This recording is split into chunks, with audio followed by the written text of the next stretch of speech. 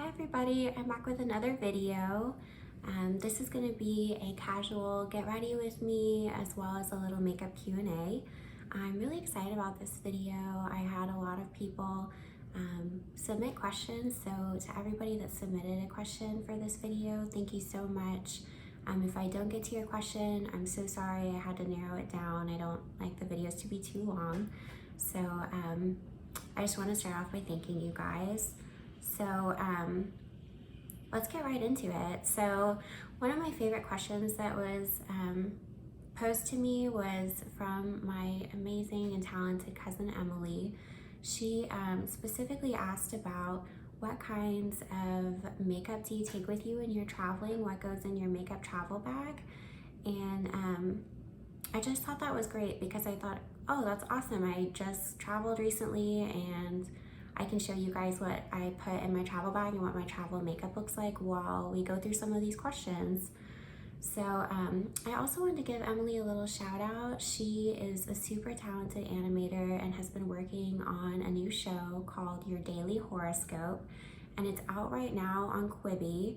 So I've been watching the first couple of episodes and it's so funny. I have a July birthday, so I'm a Cancer, and oh my gosh, it's totally me. The Cancer is totally me. I think what Emily called it, the lovable control freak. That is totally, I feel like myself at my worst is like a control freak. And the show is just really subtly funny. For those of you that enjoy horoscopes, I think you'd really like it. So I'm linking the link to Quibi and the show down in the description box below, as well as all the products I'm going to be using today on my face, since I'm going to be talking about other things. So if you're curious about the products I put on my face, check out the description box below. They'll all be listed there. Okay, so let's get started. So this is my makeup bag for travel. It's really small. It's about the size of my face, and it's a YSL beauty bag. I think this just like came to me with a perfume purchase in the past. So everything in here, you'll see a lot of it is travel sized, and the reason I like to do travel size products is because I'm just a very minimalist packer. I don't like to carry a bunch of different things with me all the time. I want them to be small and portable. So yeah, so you'll just watch me put on my face, and you'll see too, I have a lot of multi-use products in my travel bag, especially the big one. It's this Hourglass palette. It's the Unlocked palette. Inside it has bronzers, blushes, and highlights, and a setting powder. So this is a pretty expensive purchase. I think it was about $60, but I'm getting like every single product for my face that I could ever need in this one palette. So it's not like I have to pack individual things. Like I don't need to pack a individual bronzer, an individual blush, an individual highlight, blah, blah, blah, blah, blah. It's all right here. So that's probably the biggest product in my travel size bag, but it's definitely, I think it's worth the cost for that reason, and I think it's really good.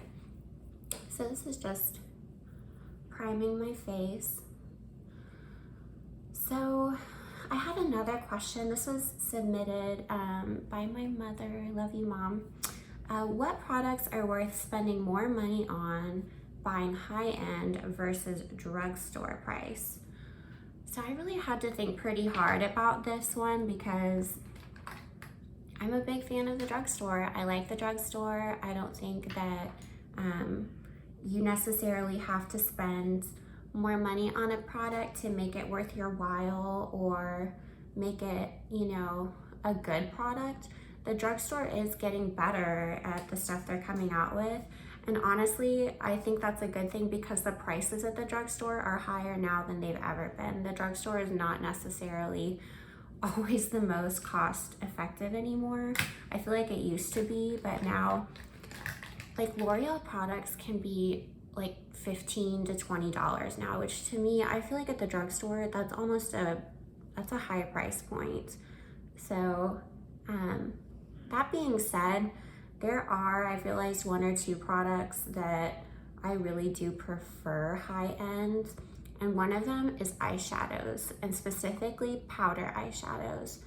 So I looked in my collection and I don't have a single powder eyeshadow from the drugstore. No eyeshadow palettes, no individuals, no nothing. And the reason for that being is because at the drugstore, I've had a really hard time finding really good color payoff with the eyeshadow quality. I've had a hard time finding varying colors and blendability. So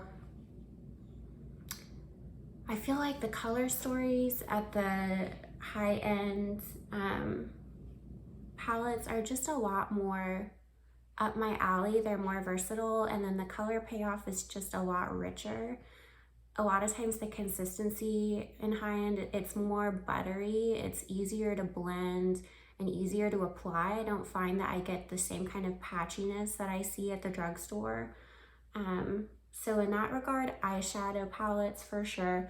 The other thing is, I am a huge fan of cream eyeshadows from the drugstore. I think cream eyeshadows from the drugstore are great. They're on par with high-end ones in my opinion. And a lot of good brand, like each brand has a pretty good one. My first video I ever posted was a cream eyeshadow collection and swatch. So if you're curious about what kind of cream eyeshadows I have from the drugstore and which ones I have high-end, definitely give that one a check out. The other thing that I buy from high-end is lipsticks, and I feel like it's not just every lipstick, but it's more of the matte lipsticks and the lipsticks that are more of a satin finish. I buy those high-end, and the reason I do is because I find that they wear better over time. I find that a lot of times drugstore lipsticks that are matte are very drying, and I find them to be a little, I have to reapply them a lot, and they don't necessarily wear as well as they fade when I wear those. So a lot of times for like the big matte beautiful red lipsticks or like corals or berry tones that I want to wear and fade nicely over time, those I do get high-end. But if we're talking about like balms or lipsticks that are, or lip products that are like your lips but better, the drugstore has some really excellent lip products. And I also made a lipstick and lip products favorites video as well. So if you're curious about seeing 5 drugstore lipsticks or lip products and 5 high-end lip products kind of duke it out and see how you feel about how they apply, definitely check that out as well. Those are the 2 things that I find that I always tend to kind of buy high-end, and my collection doesn't have a lot of drugstore products for those. But honestly, those are just my 2 favorites. Those are things that for me, I feel like are important to me and I want them to look a certain way. And I feel like that's really the point, because a lot of times I think the things that we should be spending money on, makeup, clothes, whatever, as women, they should be things that bring us joy, that make us happy, that maybe they accentuate our best features that we want to look our best. So I feel like money well spent in our mind is money that went towards something we really love, and in that way we're gonna find that we regret it less spending that extra amount of money. I do have a few kind of money saving tips if you're thinking about, you know, buying drugstore versus high-end for a product. And one of them is think about cost per wear. So this is all about trying to regret our purchases less. So for me, cost per wear really means, okay, so let's say I spent $60 on a product. Cost per wear means I'm gonna wear this so many times that over time, that cost kind of eliminates itself for me because I've worn it so much. So it makes it worth that higher price. Whereas if I spend the money on something really experimental, like maybe a vibrant color for me is not something that I'm gonna wear every single day. That's something that I would find myself, you know, trying out at the drugstore first at a lower price point and making sure like, okay, do I really like this? Like I wanna experiment in it, but I don't know if it's gonna be something I'm gonna wanna wear every day. So like, let's say I'm like, I'm feeling vibrant purple eyeshadows. So I should just go to the drugstore, find like a cheap single shadow for like $5 that's purple and put it on for like a while and be like, okay, do I like how this looks? Am I gonna wear it every day? And then if I feel that way, then yeah, go ahead and up the, up the ante and go spend a little extra money because you know you're gonna wear it and it's gonna be worth your time. So that I would say is, really my biggest thing about not regretting high-end purchases. Just make sure that you feel like it's right for you at the time. So another great question I had was how to highlight your eyes and make them look more awake. So this came from my cousin Carol, and I really loved this question. I think we're all trying to, make ourselves look more awake, more beautiful. And so here's a few tips that I researched and some of my own tips. So one of the things is if you have puffiness under your eyes, try to get one of those cooling gels. Those things are really great. The coolness counteracts the puffiness and it kind of shrinks that skin under your eyes, so the puffiness kind of recedes a little bit. And then another thing is, I just started doing this recently, is putting concealer not just under your eye, but also in this section, the upper inner corner. For a long time, I would do this part, but then I would keep this part still dark. I have darkness here, my eyes really kind of recede back in. So if you put concealer also up here, it just brightens the entire inner eye and not just the lower section. So that's another good thing. One of the tips that I saw, which is not something that I've done personally, but I've seen a lot of other makeup gurus do this, is they take a nude eyeliner, so a flesh tone eyeliner that's pretty light, like a cream, and they actually line their waterline on their lower lash line, and they add some brightness, so it kind of matches almost the whiteness of your eye and makes it look larger and brightens that area. Back in the day, in the early 2000s, people would even line that area with like a solid white line, which that's not for me. It's a little too dramatic, but if that's for you, go ahead and give it a try, see how it looks. So,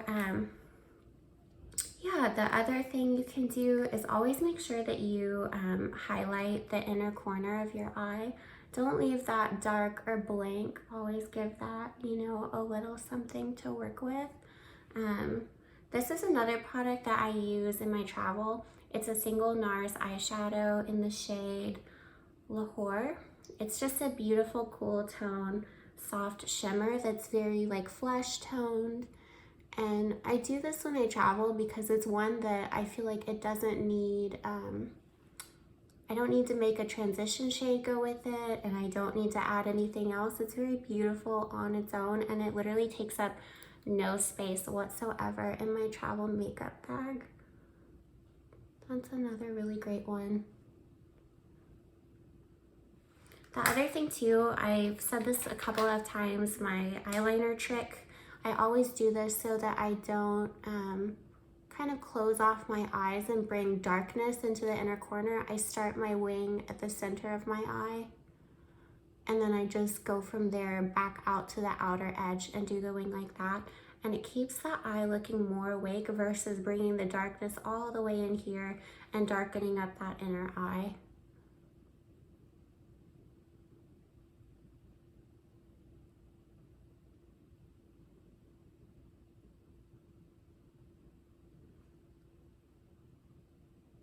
I'm nearsighted and I have a big mirror behind the phone, so whenever I'm doing my winged liner, I always have to really kind of get close to get a good view. Okay. So then I had a couple other questions. So this person asks, how do you find your foundation match? That's a big question that I get a lot actually, and there's a lot of different techniques to find your perfect foundation match. And I don't wear a lot of foundation, honestly, so I'm going to demonstrate with concealer, but it's the same system. Okay, so where you need to match is actually, a lot of people say match it on your hand. Don't match it on your hand. Don't match it on your neck. Match it on your jawline.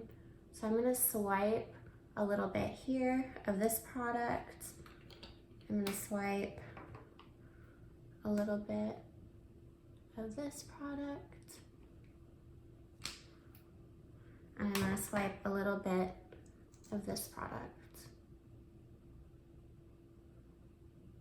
Okay, so you can see right now that we have 3 shades we're working with, and they kind of graduate in deepness. Right now I'm kind of working with a little bit of a tan since it's summertime. Now you want to find the match that perfectly matches your skin right here.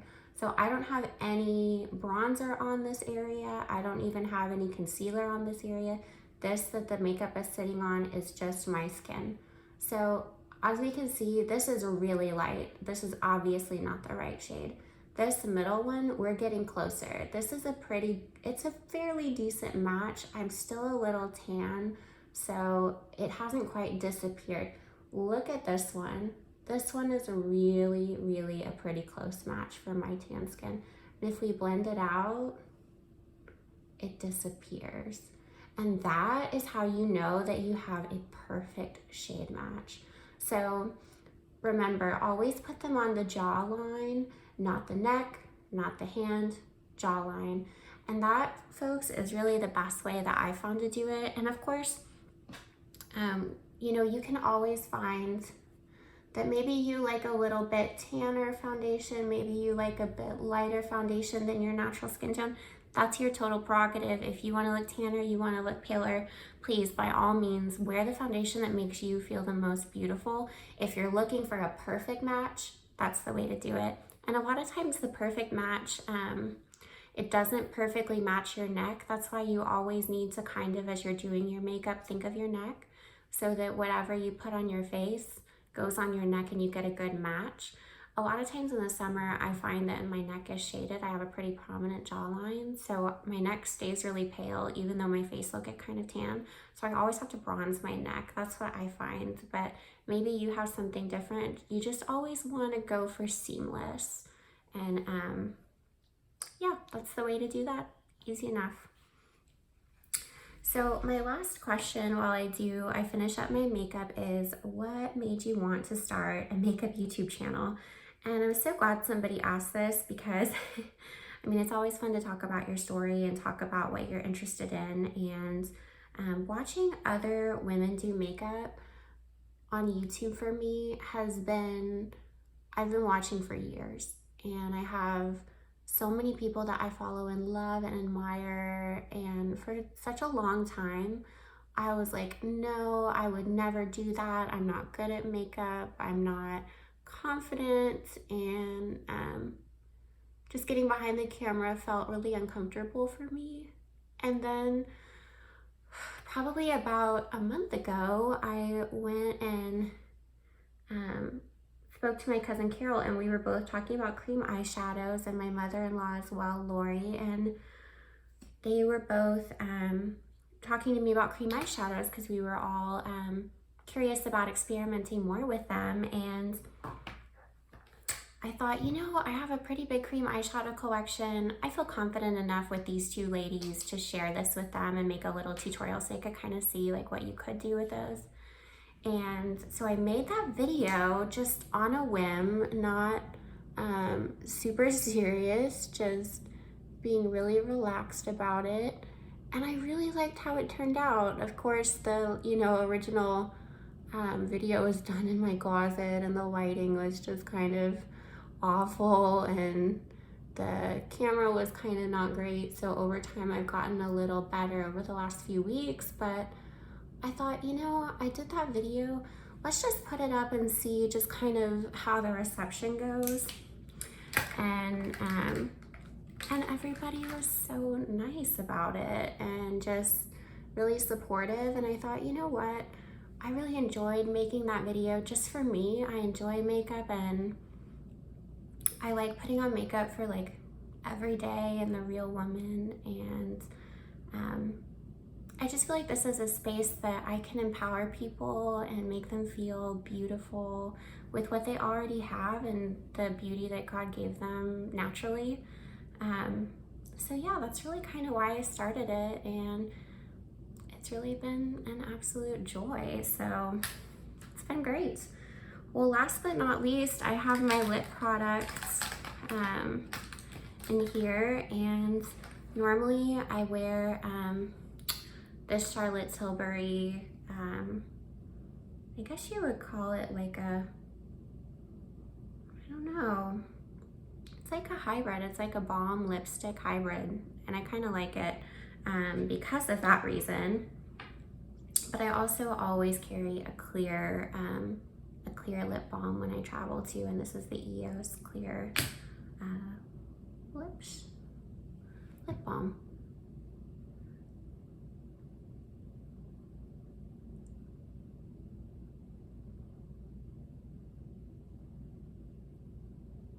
I love this because it doesn't need a liner, it doesn't need anything. It's just fine all by itself and easy to apply and wears really well. So that is my travel makeup, my Q&A. If there are any other questions that you have, please feel free to comment down below. I'd be happy to answer those. Also, if you like this channel and you want to stay up to date on when I post, I'm trying to post twice a week. I'm trying to post on Mondays and Thursdays. So if you want to be up to date, please head over to Instagram and give my channel a follow. It's at Your Gal Cow, same as this channel name. And feel free to like and subscribe. Thank you guys so much for watching. Bye.